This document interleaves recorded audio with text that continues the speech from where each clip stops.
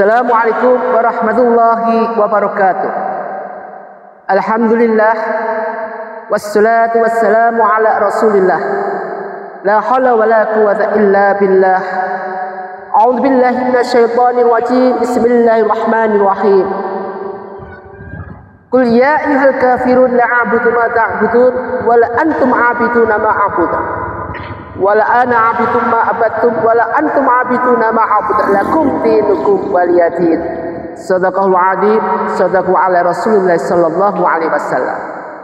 Pertama, mari kita nantiasa kita panjatkan rasa puji syukur kita pada Allah Subhanahu wa taala dengan rasa sebenar-benarnya iman yang kita punya ini untuk senantiasa bersyukur pada Allah Subhanahu wa taala atas segala rahmat hidayah yang diberikan kepada kita senantiasa dari pagi sampai malam, malam sampai pagi, tidak pernah ada henti-hentinya. Allah terus memberikan hidayah rahmat kepada kita. Bersyukurlah. Salawat dan salam mari kita haturkan pada Nabi akhir zaman, Nabi yang akan menyelamatkan kita, baginda Rasulullah sallallahu alaihi wasallam.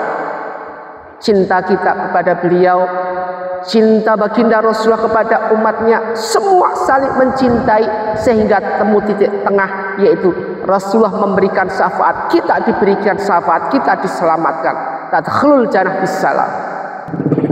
Ma'asyiral muslimin muslimat rahimatullah, dimuliakan Allah.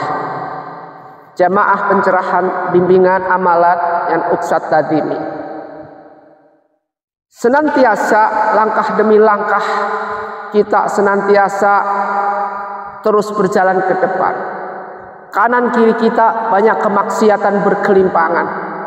Tergantung bagaimana hati kita, kolbi ini, di dalam menyikapi semuanya ini. Yang semua itu nanti akan menuntun kita sama-sama, mereka orang beriman maupun non-iman, sama-sama umat baginda Rasulullah SAW. Ada yang bisa masuk surga, ada yang enggan masuk surga. Maka dari itu, dengan ketaatan kita, dengan perintah-perintah Allah, menjalankan perintah Allah dan menjauhi semua larangan Allah, kemudian diperjelas lagi dengan hadis-hadis dan riwayat baginda Rasulullah SAW, maka dijelaskan dengan syafaat-syafaat itu, baik syafaat dari baginda Rasulullah SAW maupun syafaat dari Allah Subhanahu Wa Taala. Jelas di sini, tertanam dan tertunduk jelas bahwa segala sesuatu yang ada pasti terjadi dua bagian, antara neraka atau surga. Kita jadi umat Muhammad Rasulullah Sallallahu Alaihi Wasallam yang taat pada beliau atau yang tidak taat pada Nabi kita. Kalau enggak taat, kita akan masuk neraka. Kalau kita taat, kita akan masuk surga Allah Subhanahu Wa Taala. Kenapa? Karena kita mendapatkan syafaat. Ingat syafaat baginda Rasulullah Sallallahu Alaihi Wasallam. Apa yang Rasulullah Sallallahu Alaihi Wasallam minta pada Allah dikabulkan pada waktu itu. Dikabulkan oleh Allah Subhanahu Wa Taala. Ketika Rasulullah SAW sujud kepada Allah, selamatkan umatmu, Allah kabulkan. Tetapi bagaimana Rasulullah itu kenal dengan kita? Kalau kita udah dikenal Rasulullah, maka kita akan diselamatkan. Bagaimana Rasulullah kenal dengan kita? Kita berbanyak dengan bacaan sholawat, sholawat dan sholawat. Sholawat ada merupakan untuk keselamatan buat kita. Innallaha wal malaikatahu yusholluna 'alan nabi ya ayyuhalladzina amanu shollu 'alaihi wa sallimu taslima. Seperti tadi yang Ustadz bilang, ada yang masuk taat pada perintah Allah, ada yang enggak taat. Ada yang mentaati perintah baginda Rasulullah sebagai bagi nabi kita, ada yang tidak taat dan tidak taat. Banyak sekali. Dalam suatu hadis riwayat Bukhari Muslim disebutkan, kullu ummati yadkhulul jannah. Semua umatku nanti akan masuk surga. Di sini disebutkan kullu ummati yadkhulul jannah. Umatku besok akan masuk surga. Illa man aba, kecuali mereka-mereka ini. Qalu ya Rasulullah. Ya Rasulullah, man aba. Kemudian ya Rasulullah, siapa orang yang enggak mau, yang enggan masuk surga ini? Disebutkan di sini, qala man ata'ani dakhalal jannah, yaitu mereka-mereka yang mau masuk surga, wa man asani faqad aba, dan mereka-mereka yang enggan masuk surga karena tidak taat kepada. Jadi mereka yang taat kepada baginda Rasulullah SAW akan masuk surga, akan diselamatkan oleh baginda Rasulullah SAW masuk surga. Dicari kita di bawah di neraka, dicari kita di ubek-ubek. Ingat perjuangan baginda Rasulullah. Ketika kita benar-benar menjalankan atau beribadah pada Allah, kemudian berbanyak baca sholawat, Rasulullah akan bela-belain kita. Ketika kita masuk alam barzah, sudah dibelain, dibaca, ditolong kita di alam barzah, ditemanin kita di alam barzah. Ada amalan-amalan khusus yang ketika kita di alam barzah ditemani Rasulullah SAW.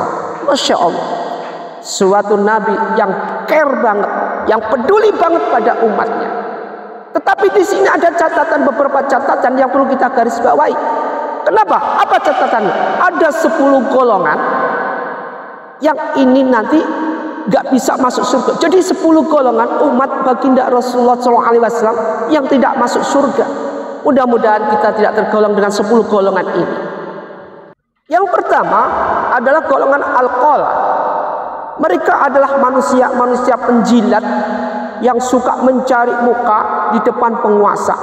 Jadi mereka ini di depan penguasa menjilat, tidak peduli dengan kaumnya bagaimana, tidak peduli dengan rakyatnya bagaimana, tidak peduli dia. Di depan penguasa penjilat, sok bagus, sok dermawan, dan segala apa yang dia lakukan seakan-akan nomor 1 di depan penguasa ini, di depan raja, di depan pemimpinnya. Tetapi di balik itu dia justru membunuh golongannya maupun umatnya. Ini adalah golongan al-qala, yaitu mereka menjadi penjilat. Ustadz kira sudah Ustadz tidak perlu jelasin yang terlalu berat. Bagaimana sifat penjilat? Bagaimana orang-orang penjilat itu? Tidak perlu dijelaskan.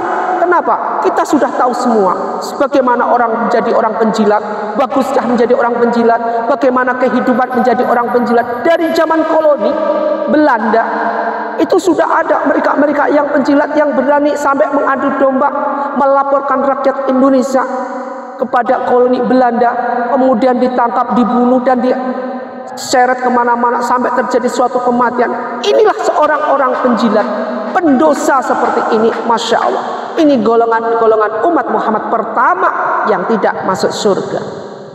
Yang kedua yaitu golongan al-jayuf, yaitu mereka yang kerjanya sebagai pencuri kain kafan kuburan. Ingat, kain kafan kuburan dicuri, alias orang ini punya lakon-lakon yang beraliran ilmu hitam, di mana ketika mengambil air kain kafan itu di kuburan, dibongkarlah mayat, diambil kain kafannya untuk apa? Untuk ilmu praktek secara teknis, yaitu ilmu hitam, kemudian memperdalam ilmunya. Ini yang merupakan golongan al-jayuf, yaitu hamba Allah atau umat baginda Rasulullah SAW yang tidak masuk surga. Tadi al-qala, sekarang jayuf. Kita masuk apa enggak? Kalau kita masuk golongan itu, cepatlah bertaubat pada Allah Subhanahu wa Ta'ala. Jangan sampai kita menjadi hamba Allah, kemudian menjadi penjilat, mencuri kain kafan. Buat apa semuanya itu? Tidak ada gunanya. Kekayaan yang di dunia sifatnya fata morgana, tidak selamanya kita bawa. Semakin banyak kekayaan yang kita punya di dunia ini, semakin tidak afdol kita merasakan, alias apa? Kehidupan kita senantiasa nggak tenang. Kenapa? Karena kekayaan itu didasari dalam mencarinya ada dengan secara nggak halal atau nggak halalan thayyib. Golongan yang ketiga, umat baginda Rasulullah SAW yang tidak masuk surga adalah siapa? Yaitu ak-qatar, yaitu mereka yang mengadu domba. Omongan sana dibawa ke sini, omongan sini dibawa ke sana. Kemudian diadulah mereka. Ini sempat terjadi the fight of Inbara pada waktu penjajahan Belanda. Sekarang pun juga banyak anak-anak sekarang pada dasarnya berlomba-lomba menjadi ak-qatar ini. Ini ak-qatar bukan yang di televisi apa namanya Al-Fatar, yang itu film model-modelnya kayak film yang kita bisa lihat sendiri, ceritanya lucu, kadang mengasihkan. Bukan, ini ak-qatar, yaitu mereka yang mengadu domba dari sana ke sini ke sana. Dan terjadilah suatu adu domba, yang terjadilah suatu perang. Perang timbul bukan karena apa? Karena adu domba ini lebih tinggi daripada fitnah. Dengan fitnah kemudian terjadilah suatu adu domba. Maka dari itu Kalau dalam pokok pewayangan disebutkan ini adalah mereka yang golongan siapa? Golongan sengkuni. Mereka yang golongan sengkuni, yang sekerja omongan sana dibawa ke sini, omongan sini dibawa ke sana. The fight of Imrah terjadilah. Sekarang janganlah sampai kita seperti itu. Mengadu domba memang asik dan seni sekali bagi mereka hamba Allah yang tidak peduli. Tapi bagi hamba Allah yang punya iman, takwa Allah, mereka masih mikir. Jangan sampai kita terjadi sebagai golongan hamba-hamba Allah yang masuk dalam umat baginda Rasulullah SAW, golongan Al-Qatar. Yang keempat, ini golongan yang unik dan menarik dan sering terjadi di mana, yaitu golongan Al-Daibub, yaitu mereka yang menjadi mucikari, penjual wanita, jadikan wanita itu sebagai pelacur, dijual wanita itu menjadi pelacur. Dengan dikerjakan di sana, setelah terjadi suatu sengketa atau terjadi penjualan, di mana penjualan bukan penjualan apa, tapi penjualan wanita. Dijadikan anak itu digiring semuanya, dikirim. Kemudian mereka dijadikan sebagai untuk melayani mereka yang menjadi budak nafsu. Jadi dia jadikan sebagai pemuas nafsu. Dia tidak tahu kalau dijebak seperti ini. Dia tidak tahu apa yang dikerjakan di sana. Tetapi sampai di sana mau nggak mau dia harus melaksanakan. Kenapa? Karena dia sudah terikat, karena dia sudah diikat dengan suatu hal-hal yang dia sementara nggak tahu. Mereka itu golongan Al-Daibub seperti ini tidak akan bisa masuk surga, bahkan hartanya pun tidak akan berkah. Kaya dunia, mewah di dunia, tetapi belum tentu kaya di akhirat. Al-Daibub ini merupakan mereka musuh Allah. Makanya umat baginda Rasulullah SAW yang golongan Al-Daibub ini adalah dia tidak masuk dalam golongan umat baginda Rasulullah SAW yang masuk surga. Yang kelima, ini adalah golongan Al-Dayuts, yaitu golongan yang kita sering melakukan tanpa sadar sebagai orang tua, sebagai seorang laki, tanpa sadar melakukan, ingat apa ini, yaitu golongan orang tua yang ketika melihat istrinya atau seorang suami melihat istrinya dan anaknya itu, kalau anaknya perempuan bergaul sama laki atau anaknya laki bergaul sama perempuan, dia tidak punya rasa cemburu. Ini sering terjadi pada kita. Tidak punya kita rasa cemburu, padahal kita golongan Al-Dayuts, yaitu umat baginda Rasulullah SAW yang ditolak masuk surga, tidak bisa masuk surga. Hal-hal seperti ini kita tadinya nggak tahu, sekarang kita sudah tahu. Maka dari itu, kalau kita sudah tahu, cepatlah kita bertobat pada Allah Subhanahu wa Ta'ala. Kelihatannya hal ini sepele, tapi sering kita melanggar tanpa sadar.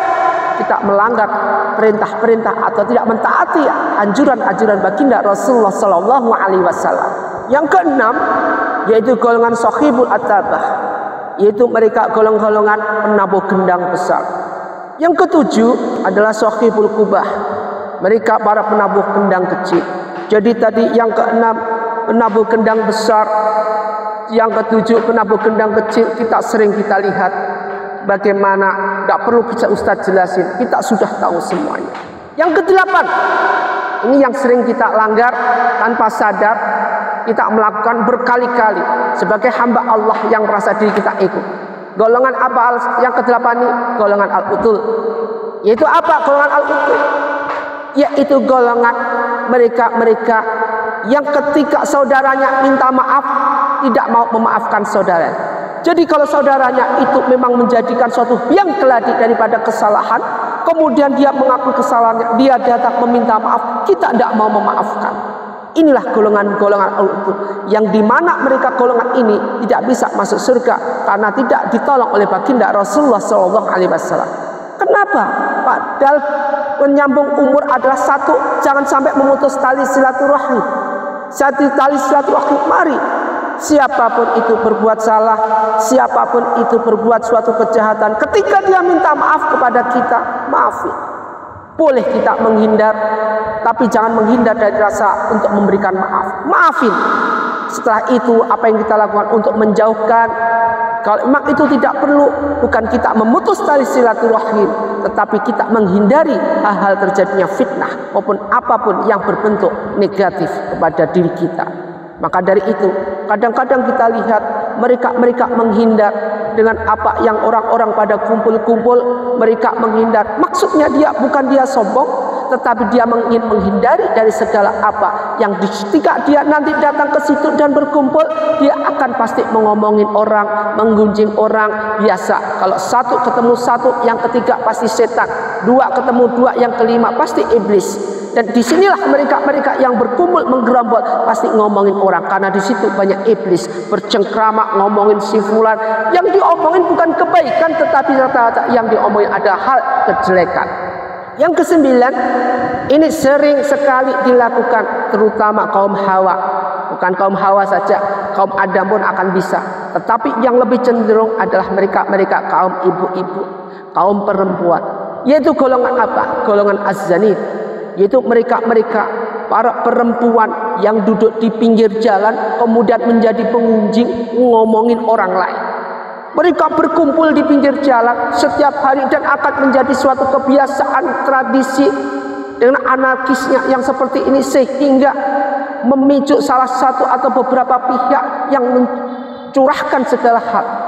Curahannya bukan curahan curhat, tetapi curahannya adalah menggunjing orang. Hal-hal seperti ini, mereka berkumpul seperti ini ditolak sama Rasulullah SAW. Dia bukan golongan umat baginda Rasulullah SAW yang masuk surga. Rasulullah pun tidak akan mau menolongnya. Kenapa? Mereka ngunjingin orang yang tidak salah diomongin. Orang itu diomongin pasti kejelekannya, bukan tidak pernah ngomongin kebaikannya sudah hilang. Makanya kebaikan banyak dengan kesalahan sedikit hilang semua kebaikannya itu di mata mereka. Padahal ini salah. Apapun bentuk kebaikan tetap dia baik. Hanya Allah yang akan bisa menilai semua itu. Hanya Allah yang Maha Ahad yang akan bisa memantau hal seperti ini. Mereka masuk surga atau masuk neraka, mereka dapat siksa atau tidak mendapat siksa. Jangan kita mengklaim orang, si fulan pasti disiksa, si fulan pasti tidak akan disiksa masuk surga. Belum tentu. Semua itu adalah endingnya langsung dari Allah Subhanahu wa Ta'ala. Yang ke-10, golongan al-walidain, yaitu golongan mereka yang pendurhaka kepada orang tuanya. Mereka ketika kecil diasuh orang tuanya, dirawat orang tuanya. Begitu orang tua sudah tua, kita mengasuh mereka nggak mau. Justru orang tua yang seharusnya disayang-sayang sebelum kematiannya malah dicampakkan begitu saja, dihina sana hina sini, diomongkan kejelekannya di depan teman-temannya, aibnya dibuka di depan teman kantornya. Orang pembuka aib seperti ini, apalagi aib keluarga, aib orang tua dibuka, diomongin sana seakan-akan berita yang bagus. Tiap hari ini terjadi. Orang tuaku sakit begini, kalau tidak bersih baunya minta ampun. Ini diomongin, padahal ini aib orang tua yang seharusnya ditutupi, yang seharusnya jangan diberitakan kemana-mana. Cukup anaknya saja yang tahu. Ini golongan orang-orang yang pendurhaka orang tua ini, Rasulullah tidak akui untuk menjadi umatnya yang bisa masuk surga. Ma'asyiral muslimin muslimat rahimatullah yang dimuliakan Allah. Mudah-mudahan dengan apapun yang terjadi, innallaha wal malaikatahu yusholluna 'alan nabi ya ayyuhalladzina amanu shollu 'alaihi wasallimu taslima. Tetap kita bersolat pada baginda Rasulullah sallallahu alaihi wasallam. Kalau kita golongan ya ayyuhalladzina amanu shollu 'alaihi wasallimu taslima, shollu 'alaihi wasallimu taslima, sholawat. Kita harus bersolawat. Bersolawat terus, jangan pernah kita enggan untuk tidak bersolawat. Apapun terjadi, ketika kita salah, kita cepat bertaubat. Ketika kita dekat dengan baginda Muhammad, marilah kita bersolawat. Jangan sampai kita menjadi pengkhianat. Pengkhianat bukan pengkhianat diri, tetapi menjadi pengkhianat, yaitu pengkhianat agama kita, pengkhianat kepada Allah Subhanahu wa Ta'ala. Hukumnya adalah nanti di akhirat. Hukum akhirat, inna azabillah syadid, sungguhnya azab Allah itu sangat pedih. Azab di dunia aja kita tidak sanggup menghadapi. Siapa yang sanggup menghadapi azab Allah di dunia? Gak ada yang sanggup. Ketika kematian datang, matilah dia. Mau datanglah jawab itu. Tanpa pertolongan Allah, mereka yang kena tsunami dengan izin Allah bisa selamat. Mereka yang tergolong masuk dalam golongan yang kena bandang tsunami, masjid di Aceh masih utuh. Ini semua apa? Subhanallah, kekuatan Allah merupakan suatu mukjizat dari Allah Subhanahu wa Ta'ala. Tidak menutup kemungkinan kita sebagai hamba Allah yang masih hidup seperti ini akan mendapatkan mukjizat dari Allah Subhanahu wa taala. Yaitu apa? Mukjizat yang kita minta hanya satu, keselamatan dunia juga buat akhirat. Kecukupan dunia yang bermanfaat buat akhirat. Jangan kecukupan dunia saja yang kita minta. Rugi hidup di dunia cuma sebentar. Antum umur 60, dan lagi paling banter-banter 10 tahun lagi kita sudah menghadap Allah Subhanahu wa taala. Peringatan buat kita umur 50 senantiasa sudah grog-grog, banyak penyakit bercengkrama dalam diri kita. Camkan itu semua, karena itu menjadi apa yang kita bahas kemarin, bagian daripada delegasi malaikat maut yang mengirim kita, mengingatkan kita untuk senantiasa cepat bertaubat di hadapan Allah Subhanahu wa taala. Ma'asyiral muslimin muslimat, jamaah pencerahan bimbingan yang Ustadz takrimi, semoga tausiah ini, kajian yang kita kaji ini, 10 golongan umat baginda Rasulullah sallallahu alaihi wasallam, mudah-mudahan kita tidak tergolong. Misalkan kita tadinya tergolong, kalau bisa dihindari, cepat kita bertobat pada Allah Subhanahu wa taala. Mari kita benar-benar mendeklarasikan diri kita untuk senantiasa menjadi hamba Allah yang senantiasa cinta pada baginda Rasulullah SAW buat bersolawat. Allahumma sholli ala Muhammad ya Rabbi sholli alaihi wa sallim. Allahumma sholli ala Muhammad ya Rabbi sholli alaihi wa sallim. Rabbi fafa'na bi barakatihim wahdinal husna bi hurmatihim. Rabbi fafa'na bi barakatihim wahdinal husna bi hurmatihim. Allahumma sholli ala Muhammad ya Rabbi sholli alaihi wa sallim. Allahumma sholli ala Muhammad ya Rabbi sholli alaihi wa sallim. Semoga bermanfaat apa yang kita kaji ini, kemudian kita realisasi dalam kehidupan sehari-hari, baik sama tetangga kita, saudara kita, kehidupan depan kita, belakang kita, maupun kehidupan kita, hubungan kita hablum minallah. Wabillahi taufiq wal hidayah. Wassalamualaikum warahmatullahi wabarakatuh.